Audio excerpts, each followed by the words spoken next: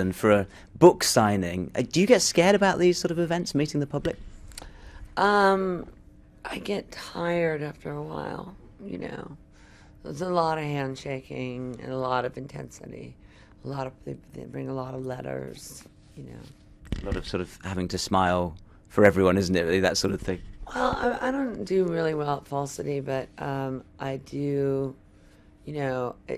There's just you know, some of the particularly younger girls that that are fans of mine are you know, little nuts like me, and they tend to bring like 40-page letters. Boing boing. Sorry.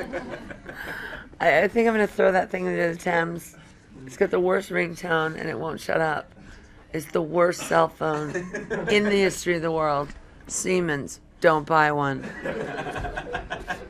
All right. Let's talk about your book then. I mean, what made you, first of all, want to put all of these sort of collective memories and thoughts into a book form and put it out there? Well, I had a great editor named Ava, and she went through about 2 rooms this size. No, not quite this size, but 2 rooms full of diaries, ephemera, photographs, and sort of sorted the sort of best of the best, and kept the tone at a level where it's something, you know, that my daughter can still read and still look at, and kept out so that it's not a kiss and tell. It's not really, you know, name droppy. It's not full of like, and then I went on a date with, you know, movie star X and this happened or whatever, you know what I mean? So it's not the graphic in that kind of way, but I think it tells a story, and it tells a story about how I was raised, my childhood,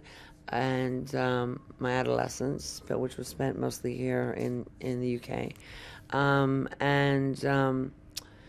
and onward to my band, and onward to my acting career, and onward to, you know, ups and downs in my life, and to present day where I've just completed a record. So You must be quite pleased that you were a bit of a hoarder, that you kept all of these sort of things. I and don't didn't know how it happened, because so much was lost. You know, there's so many things that are gone with the wind. You know, so I'm really lucky that I have these things, you know, still. The bit I was reading through, because it's a big book, there's a lot in there to sort of get through, but we saw the list of things you like, and we were very pleased to see, I think it was on this page or something, Englishmen is on there. So we were very glad about that.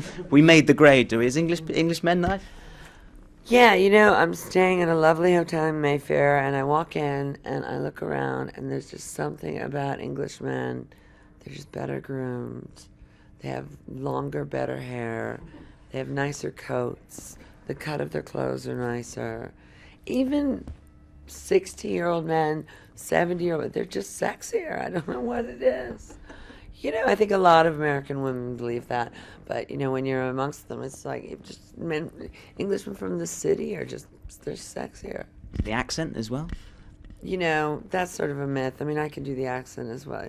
Well, not as well as you can, but I can do the accent too. The accent helps, but I think it's the mentality. I think it's the growing up with, you know, yes, you have horrible tabloids that you get every day, but there's a sense of activism growing up in this country that's not neglected in your educational system, even, you know, normal schools as well as public schools, but normal schools, there's a sense.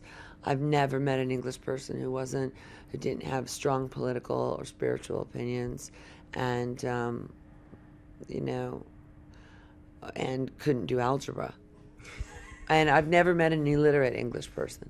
I mean, I'm sure you have illiteracy, but I've really never met, and I lived in Liverpool, in Toxteth, and never met an illiterate English person, so.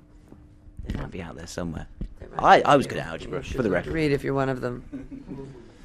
Looking back through, this is your life really summed up in a book form, but how is Courtney Love today? How are you now, having gone through what's in the book?